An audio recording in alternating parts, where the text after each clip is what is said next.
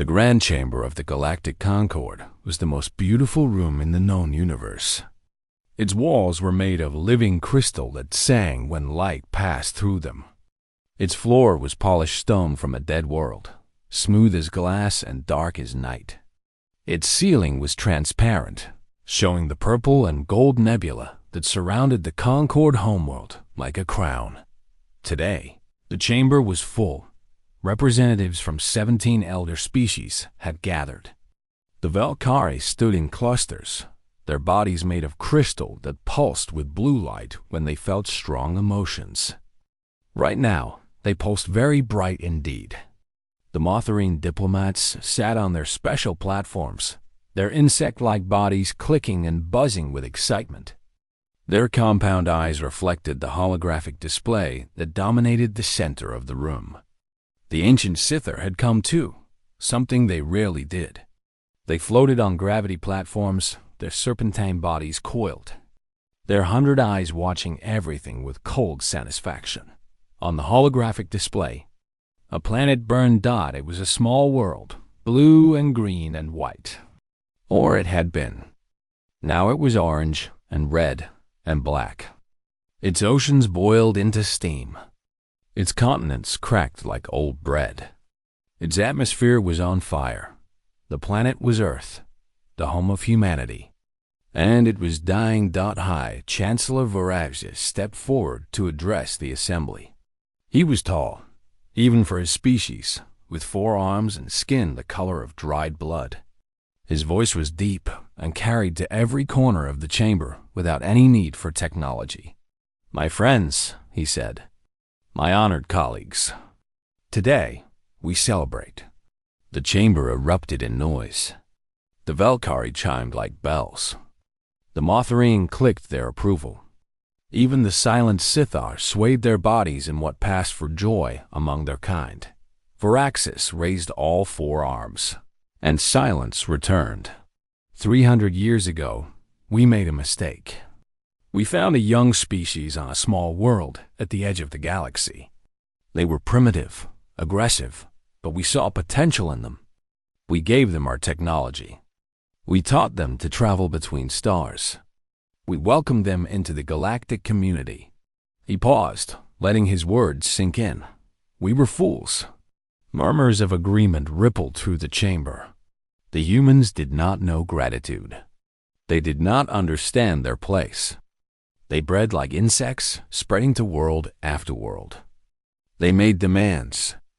They challenged our laws. They refused to accept that they were young, and we were old, and some things were simply not for them to question. Ambassador Thelvine of the Motherine stood up. Her wings were folded against her back, but her antennae quivered with emotion. "They tried to sit on this very council," she said. "They demanded equal votes, equal rights, as if 300 years of civilization could match 300,000. They were chaos," agreed Lord Velthus of the Valkyrie. His crystal body flashed red with remembered anger. Wherever they went, they brought disorder. They questioned everything. They changed everything. They had no respect for tradition. High Chancellor Voraxis nodded slowly. And so, 50 years ago, this council made a decision.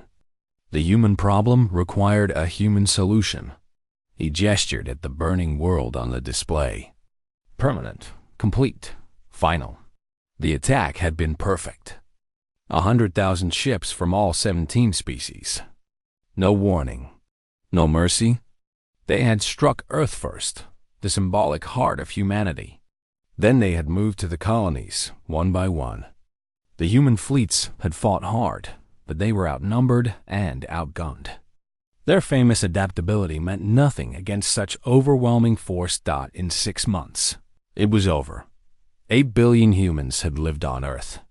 Now, none did. Another 4 billion had lived on the colonies. They were gone too. The great mistake had been corrected.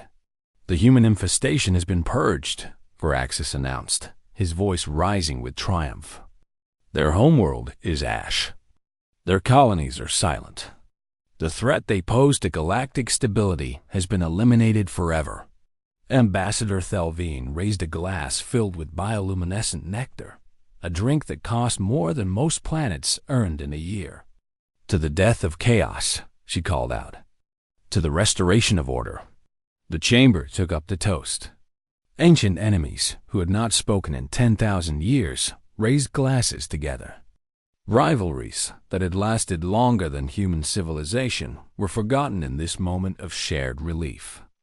The humans were gone. The galaxy was safe. High Chancellor Voraxis smiled as he watched his colleagues celebrate. This was his legacy. He had united the elder races against a common enemy. He had solved a problem that had plagued them for centuries. History would remember him as the leader who saved the galaxy from the human plague. Deep in the lower levels of the Concord station, a junior sensor technician named Creel was not celebrating. He was working, as junior technicians always did while their superiors enjoyed themselves. His job was simple. Watch the screens, report anything unusual, stay awake until his shift ended. The screens showed nothing unusual. Space was empty and quiet. The defensive grid was operating perfectly. There were no approaching ships, no energy signatures, no threats of any kind. Creel was bored. He glanced at the live feed from the Grand Chamber, watching the celebrations with envy. He was too young and too unimportant to attend such events. Maybe in 100 years, if he worked hard and made the right connections, he would stand in that chamber himself. A small light blinked on his console. Creel frowned and looked closer. It was probably nothing. A sensor glitch. A stray asteroid. These things happened all the time, but the light kept blinking. And then another light joined it. And then another. He ran a diagnostic. The sensors were working perfectly, which meant whatever they were detecting was real. Creel felt the first cold touch of fear in his stomach. He pulled up the data and tried to make sense of it. Gravitational anomaly. Source unknown.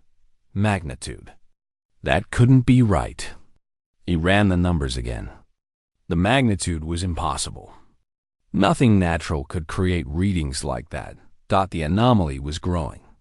It was directly above the Concord homeworld, in the space where the sacred nebula painted the sky in purple and gold. Something was pushing through from somewhere else. Somewhere that shouldn't exist. Creel reached for the emergency communication panel. His hands were shaking. He needed to tell someone. He needed to warn the council. Above him, through thousands of feet of metal and stone and crystal, the delegates continued their celebration. They laughed and drank and congratulated themselves on their great victory. They had no idea that in the space above their world, reality itself was beginning to tear. They had no idea that humanity had been waiting for this exact moment. They had no idea that their celebration was about to become something else entirely. 18 months before Earth burned, Admiral Helena Vance stood in a place that did not exist. The Lazarus Station floated in fold space, a dimension between dimensions. The elder races knew about fold space. They had discovered it millions of years ago, but they believed it was too dangerous to use, too unstable to build in, too alien for any sane species to call home. They were wrong about many things. This was just one more. Helena Vance was 63 years old. Her hair was gray and cut short. Her face was lined with years of hard decisions. She had served in the Human Defense Fleet for 40 years, rising from a young pilot to the highest rank humanity had to offer. She had seen things that would break most people. She had done things that still visited her in dreams. None of it had prepared her for this. Through the viewport of her office, she watched construction drones swarm over the skeleton of a warship. The ship was huge, bigger than anything humanity had ever built. Its hull was black and angular, designed not for beauty, but for one purpose only: to kill. There were 471 other ships just like it. Together, they were called the Mortal Fleet. Her door chimed. "Come in," she said without turning. Commander David Okonkwo entered. He was younger than her, maybe 40, with dark skin and tired eyes. He had been her second in command for 5 years. In that time, she had never seen him smile. "Status report," she said. "OKONKWO" pulled up a holographic display. Numbers and diagrams filled the air between them. 472 vessels completed. All cruising cryosuspension. Weapon systems tested and online. The Prometheus engines are charged and holding stable. The Prometheus engines. Humanity's greatest secret. Years ago, human scientists had captured a damaged Sithar ship. They had studied its engine, a device that could bend space and time in ways human physics said was impossible. Then they had improved it. They had made it smaller, more powerful, more deadly. The Sithar thought they were the masters of reality itself. They were about to learn otherwise. And the passengers? Vance asked. Okonkwo's expression flickered with pain. 12 million in cryosleep. Another 8 million uploaded to digital storage. The selection process is complete. 20 million people. Out of 12 billion. It was nothing. It was everything. It was all they could save. Vance finally turned from the viewport. "How much time do we have?" "Intelligence says the attack will come within 6 weeks. Maybe less. The elder races are gathering their fleets. They're not even trying to hide it anymore. Humanity had known this was coming for years. The signs were everywhere, if you knew how to look. The increased patrols near human colonies. The quiet removal of humans from positions of influence in galactic institutions. The way elder race. Diplomats had stopped answering human calls. But knowing something is coming and stopping it are two different things. The human fleet was strong, but not strong enough. The human colonies were spread across 100 worlds, but the elder races controlled thousands. In a straight fight, humanity would lose. It wasn't even close, so humanity had chosen not to fight straight. The Lazarus Project had begun 20 years ago, in secret facilities hidden across a dozen worlds. Scientists, engineers, soldiers, all working toward one goal: survival. Not victory. Not conquest. Just survival. They had built the mortal fleet in fold space, where no elder race sensors could find them. They had developed the Prometheus engines, weapons that could tear holes in reality. They had selected 20 million humans through secret lotteries, smuggling them off-world through hidden channels, one family at a time. And they had waited. "The people on Earth," Vance said quietly. "They don't know, do they?" Okonkwo shook his head. "We couldn't tell them. The risk of the information leaking was too high. If the elder races found out about Lazarus, they would have come for us first." Vance closed her eyes.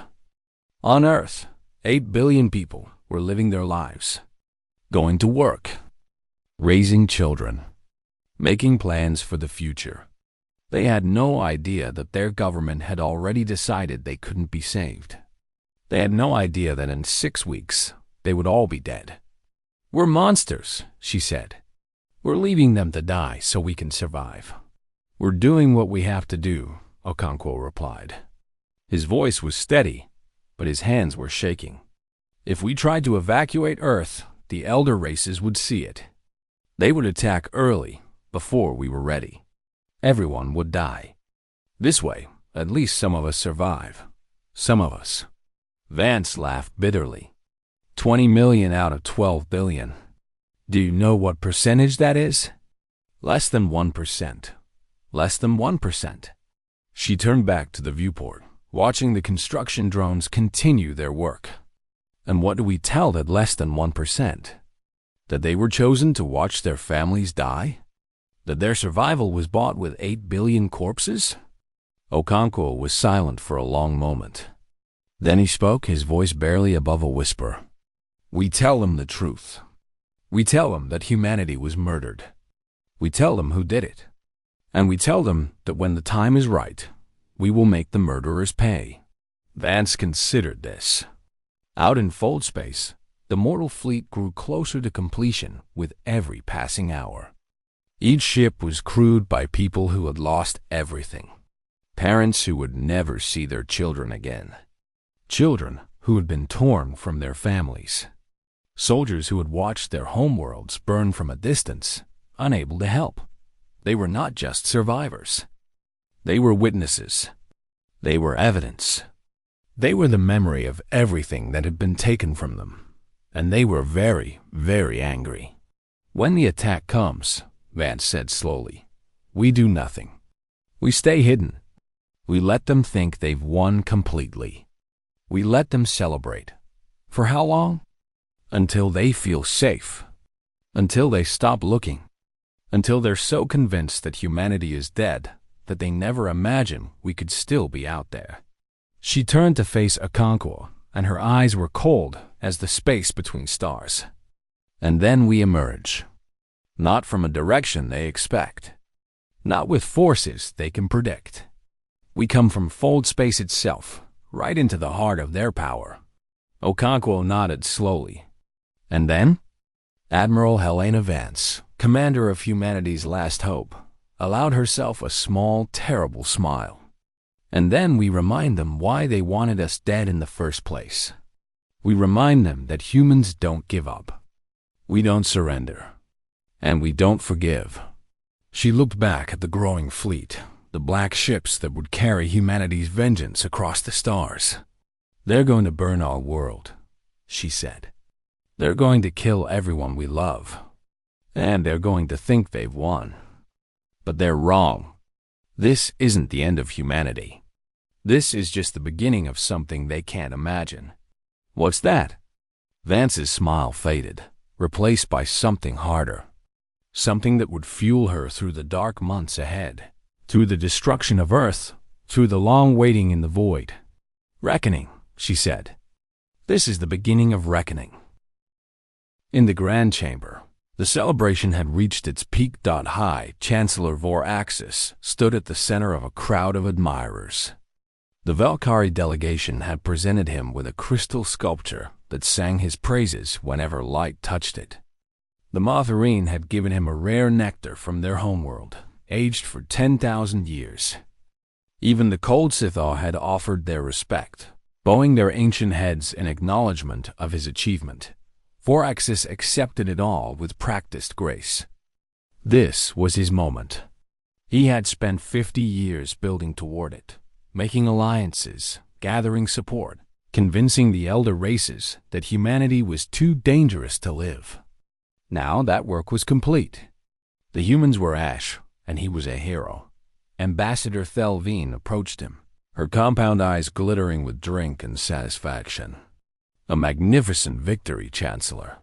The galaxy owes you a great debt. The galaxy owes itself, Voraxis replied smoothly. I merely helped it see what needed to be done. So humble. Thelvine clicked her mandibles in amusement. Tell me, do you think we acted soon enough? Some say we should have eliminated the humans centuries ago, when they were still confined to their single world. Voraxis shook his head. The timing was perfect. If we had acted earlier, we would have been seen as aggressors, destroying a primitive species that posed no real threat.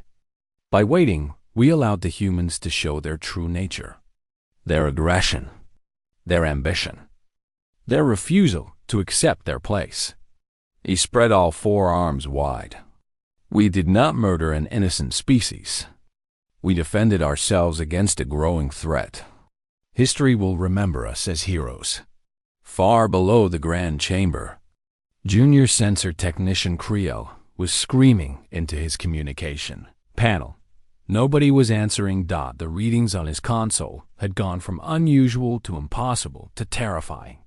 The gravitational anomaly above the planet was now larger than the planet itself.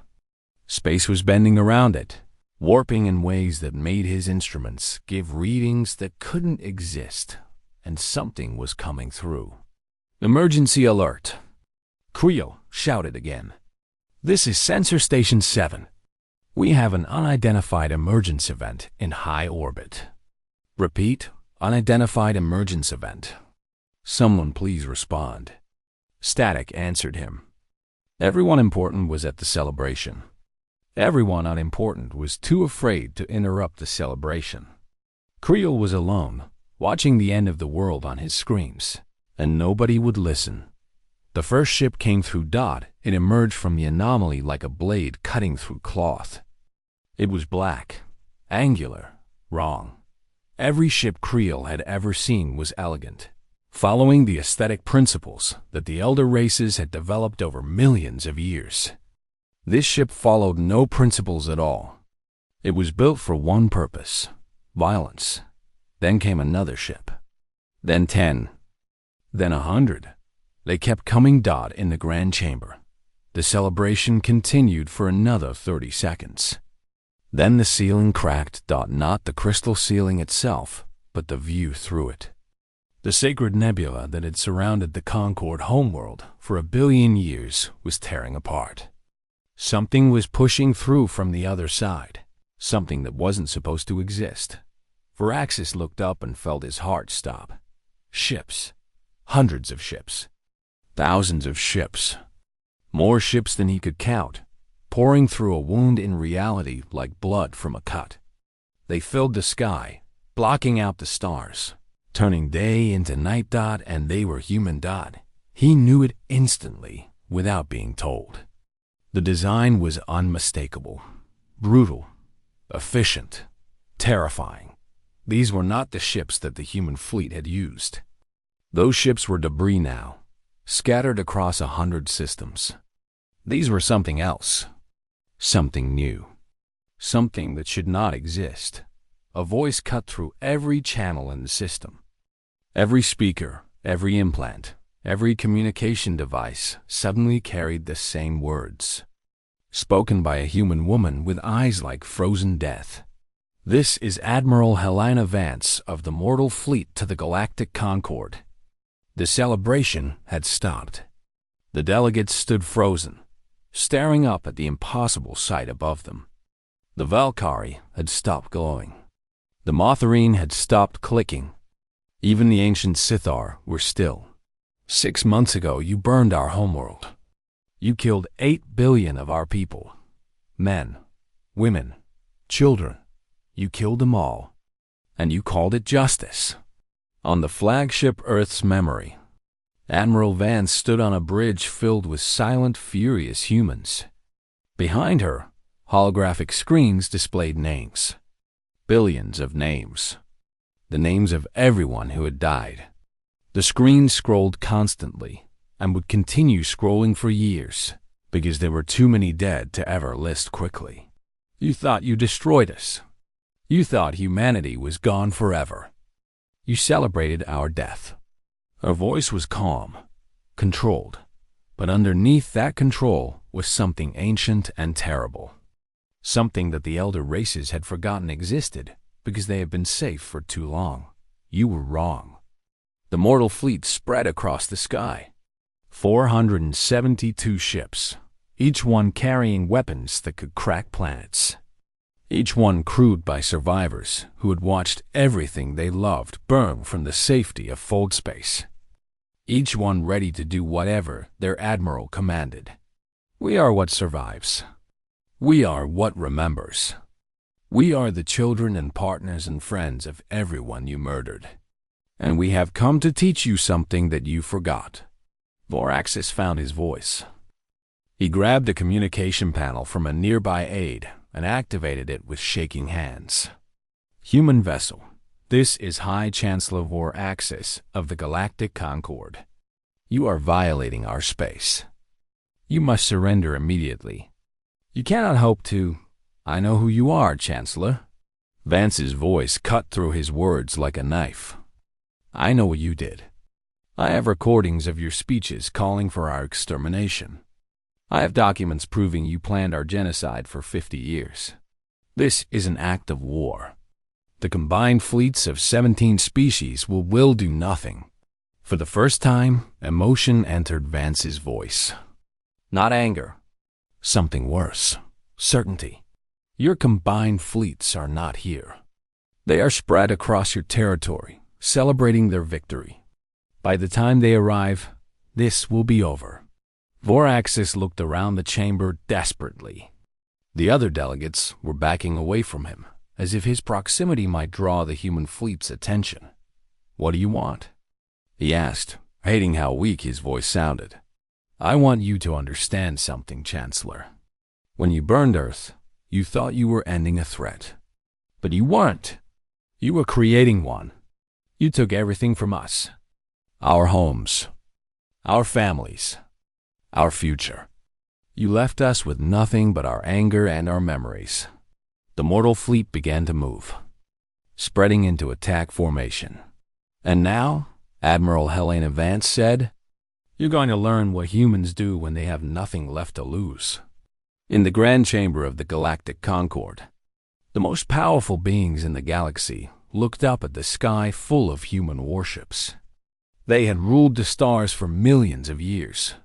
They had destroyed countless species that threatened their order. They had believed themselves invincible. Now, finally, they were afraid. The first weapons fired, and the celebration became a funeral. The Battle of Concord Prime lasted 11 minutes. In those 11 minutes, the Galactic Concord learned what humanity had become. The defense fleet scrambled first. 300 ships, the finest vessels of the elder races, launched from orbital stations around the planet. They were crewed by veterans of 1,000 conflicts. They were armed with weapons refined over millions of years of technological development. They were confident, even eager. Finally, they would face the humans in direct combat. They lasted 90 seconds. The Prometheus engines did not fire like normal weapons. They did not shoot beams of energy, or launch missiles, or deploy fighters. Instead, they simply changed reality. One moment, a Valkyrie cruiser was raising its shields. The next moment, it wasn't there anymore, transported into the heart of a star 3 light-years away. A Mothrine carrier tried to flee, but its organic hull suddenly aged 1,000 years in an instant, crumbling to dust and releasing its crew into the vacuum. The Sithar flagship was the last to fall. It was ancient, older than human civilization, protected by technology that the other elder races could barely understand. Its captain believed it was invincible. The Earth's memory targeted it with 3 Prometheus engines simultaneously. The Sithar ship didn't explode. It didn't disappear. It simply came apart, every molecular bond in its structure breaking at once. 1,000,000 tons of the most advanced warship in the galaxy became a cloud of individual atoms, drifting in the void. The battle was over. The defense fleet was gone. Admiral Vance watched from her bridge as the last enemy signals faded from her screens. Around her, her crew worked in silence. There was no cheering, no celebration. This was not a victory. This was revenge, and revenge tasted like ash. "Status of the Concord fleet?" she asked. Commander Okonkwo checked his console. "Destroyed. All 300 vessels. We lost 0 ships. They never even scratched our shields. 0 losses. 300 enemy ships destroyed." It should have been impossible. But the elder races had grown soft over millions of years of dominance. They had forgotten what it meant to face an enemy who had nothing left to lose. The planet? Intact. Planetary shields are still active. They're trying to contact us. Vance nodded slowly. She had expected this. The Concord homeworld was protected by shields that could withstand anything the elder races could throw at it. The shields were ancient, built by species that had died before humanity's ancestors climbed down from the trees. They were supposedly indestructible. Let them through. High Chancellor Voraxis appeared on her main screen. He looked different now. His confidence was gone, replaced by naked fear. Behind him, the Grand Chamber was in chaos. Delegates were screaming, pushing toward exits, trampling each other in their desperation to escape. "Admiral Vance," he said, his voice shaking, Please, we surrender. The Galactic Concord officially surrenders to the mortal fleet. We accept all responsibility for what happened to your world. Just please stop. Don't destroy us. Vance stared at him for a long moment. Did Earth surrender, Chancellor? What? When your fleets arrived. When your weapons began to burn our atmosphere. Did Earth surrender? Vorax's face went pale. They did. Vance's voice was flat, empty. Within the first hour, every human government broadcast their surrender on every frequency. They begged for mercy. They offered to accept any terms. They said they would do anything at all, if you would just stop killing them. She leaned forward. Do you know what your fleet commander said in response, Chancellor? He said that surrenders from vermin would not be accepted. He said that the only good human was a dead human. And then he continued the bombardment until there was nothing left but ash and bone. Voraxis was crying now, actual tears running down his alien face. That wasn't me. I didn't give that order. I just wanted to protect the galaxy. I never meant. You never meant. Vance's voice cracked for the first time. You never meant. 8 billion people are dead because you never meant. She turned away from the screen, staring out the viewport at the planet below. The Concord homeworld. The center of galactic civilization for 10 million years. Home to 50 billion beings who had cheered when Earth burned. She could destroy it. The Prometheus engines could crack the planet's core, just like the Concord fleet had cracked Earth's. She could burn them all, every last one. And there would be nothing anyone could do to stop her. Part of her wanted to. Admiral. Okonkwo's voice was quiet. Your orders? Vance closed her eyes. She thought about Earth. She thought about her daughter, who'd been visiting family in Beijing when the bombardment started. She thought about her husband, who had refused evacuation because he was a doctor and his patients needed him. She thought about the 8 billion people who had died screaming while the galaxy celebrated Dot, and she thought about the 20 million who had survived. The children on the Lazarus station who would grow up knowing that their parents had died so they could live. What would those children become? Would they become monsters, defined by hate and vengeance? Or would they become something better? It was her choice. Her decision. She could define humanity's future with a single command. She opened her eyes. Stand down weapons. Okonkwo blinked. Admiral, you heard me. Stand down weapons. All ships. She turned back to the screen, where Voraxis was still weeping. We didn't come here to commit genocide, Chancellor. That's what you do. Not us. Then what do you want? Justice. The word hung in the air between them. Not revenge, justice. Every species that participated in the destruction of Earth will answer for what they did. Every leader who signed the order will face trial. Every world that celebrated our death will pay reparations. She paused. But we will not become you. We will not murder billions because of the crimes of thousands. We will not burn your worlds and kill your children because that's what you did to us. Voraxis stared at her, confusion mixing with his fear. Why? It was the question Vance had been asking herself since the mortal fleet emerged from fold space. Why show mercy to those who showed none? Why spare the guilty? Why not burn it all and let the ashes decide? Because that's what it means to be human, she said finally. We don't forget. We don't forgive. But we also don't become the monsters who hurt us. That's what separates us from you. She straightened in her command chair. You have 1 year. 1 year to prepare your defense, to gather evidence, to make whatever case you want to make. Legal, military, or moral. We will hear all of it. And then we will judge. The mortal fleet began to turn, 472 ships moving as one. They oriented toward the tier in space-time that they had come through, preparing to return to fold space. "Use your year wisely, Chancellor," Vance said, "because when we return, the galaxy will learn what human justice looks like." The communication channel closed.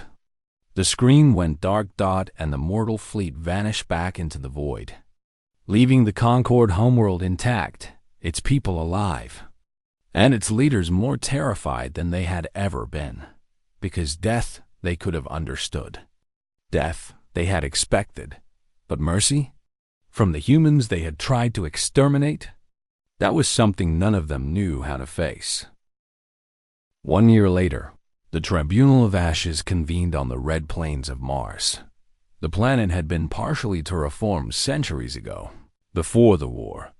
Now it was humanity's new capital, the center of a civilization rebuilding itself from nothing. Domed cities dotted its surface. Factories produced new ships. Hospitals tended to survivors who had spent months in cryosleep. Schools taught children who would never see Earth except in pictures. The Tribunal Chamber had been built in the shadow of Olympus Mons, the largest volcano in the solar system. It was deliberately simple, a circular room with a raised platform at one end and seats for observers all around.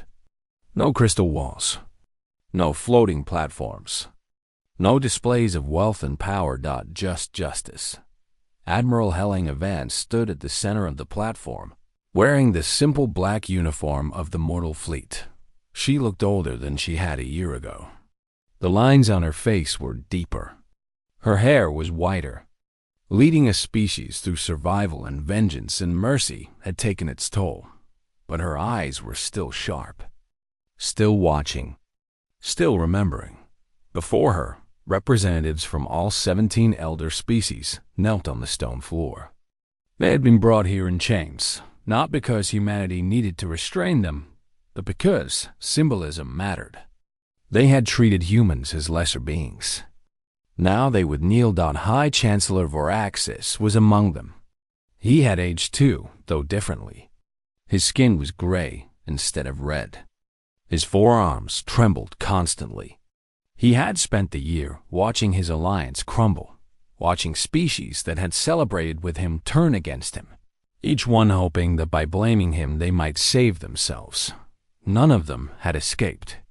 The mortal fleet had visited every world that participated in the genocide, not to destroy, but to demand. Leaders were arrested. Evidence was gathered. The full scope of the conspiracy was revealed. It was worse than anyone had imagined. The elder races had been planning humanity's extinction for over a century. They had sabotaged human technology. They had spread propaganda portraying humans as dangerous animals. They had assassinated human leaders who might have prevented the war. Every step of humanity's downfall had been carefully engineered. Now, all of it would be answered for. Admiral Vance read the charges. They took 3 hours. 3 hours of death tallies and atrocity reports and evidence of crimes that would have been unimaginable before they happened. The observers sat in silence, humans and aliens alike, listening to the full accounting of what had been done. When she finished, she looked at the kneeling delegates. "You have heard the charges. You have had 1 year to prepare your defense. What do you say?" Voraxis spoke first. His voice was barely a whisper. "We were afraid. Humanity was growing too fast, becoming too powerful. We feared that you would do to us what we did to you. We thought we were protecting ourselves. You thought wrong. Yes, we did." He raised his head, meeting her eyes for the first time. "I know that nothing I say can undo what happened. I know that no apology is sufficient. But I want you to understand, we were not evil. We were scared, and fear made us monsters." Vance considered this. Around her, the observers waited. "I believe you," she said finally. "I believe that you were afraid. I believe that you convinced yourselves that genocide was necessary. I even believe that some of you felt regret, somewhere deep inside, when you watched Earth burn." She stepped closer to the kneeling delegates. But here's what you don't understand. Fear is not an excuse. It has never been an excuse. Every atrocity in history was committed by someone who was afraid. Every genocide, every massacre, every act of senseless cruelty. The perpetrators were always scared of something. That doesn't make them innocent. It makes them weak. She turned to address the full chamber. Humanity was afraid too. We knew you were coming for us. We knew we couldn't stop you. We were terrified for our children, for our future, for everything we had built. And what did we do with that fear? We built the mortal fleet. We saved who we could. We prepared to survive. Her voice rose. And when we emerged from fold space with the power to destroy everything you had ever created, when we could have burned your worlds and murdered your children and called it justice, we chose differently. We chose to be better than our fear. We chose to be better than you. Silence fell over the chamber. That is the difference between humanity and the species that tried to destroy us. Not our technology, not our weapons, our choice. In our darkest moment, when we had every reason to become the monsters you called us, we refused. She turned back to the delegates. The terms of justice are as follows. The elder races will fund the terraforming of 12 new human colony worlds. They will share all technology without restriction. They will accept human observers in their governments for the next century. And they will build a memorial. A holographic image appeared above the chamber, a massive space station, orbiting a world that was slowly healing, Earth, barely recognizable but alive. Plants were growing in the ash. Oceans were reforming from the steam. In 1,000 years, it might be home again. The memorial will orbit Earth, Vance continued. It will list every name of every human who died in the genocide. 8 billion names. It will take 10,000 years to read them all. And it will be visible from every corner of settled space, a permanent reminder of what happens when fear becomes hate and hate becomes murder. She paused. These terms are not negotiable. If any species refuses, the mortal fleet will consider that refusal an act of war. We will respond accordingly. None of the delegates objected. They knew they had no choice. Humanity had proven that it could destroy them whenever it wanted. The only reason they still existed was because humanity had chosen not to.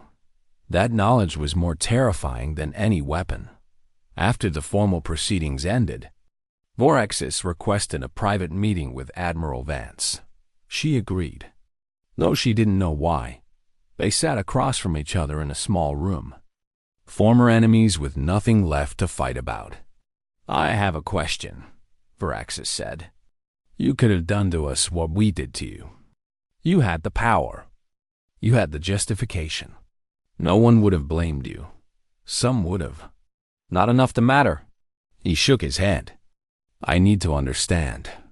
Why did you show mercy? Vance was quiet for a long moment. Then she reached into her pocket and pulled out a small piece of paper, worn and faded. A child's drawing. Stick figures under a yellow sun. The word home written in uneven letters. My granddaughter drew this, she said. She was 6 years old. She died when the bombs fell on Buenos Aires. Voraxis looked away, unable to meet her eyes. For months after Earth burned, I carried this with me. I looked at it every day. And I asked myself, what would she want? If she could see what I was about to do, would she be proud of me? She put the drawing away. She was a kind child. She gave her toys to children who had none. She cried when animals were hurt.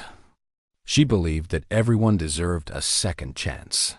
Vance's voice caught, but she continued. If I had burned your worlds, if I had murdered your children, I would have betrayed everything she was. I would have let your crime transform me into you. She stood up. I am not you, Chancellor. Humanity is not you. That is our victory. Not the battle. Not the fleet. The fact that we could have become monsters, and we chose not to. She walked to the door, then paused. In 1,000 years, when historians write about this moment, they won't remember who had the most powerful weapons. They'll remember who had the strength to put those weapons down. They'll remember that humanity looked into the abyss, and the abyss blinked first. She opened the door. That is our inheritance. That is what we will leave to our children. Not your ashes, Chancellor. Our humanity. She left without looking back. Outside, the red plains of Mars stretched to the horizon.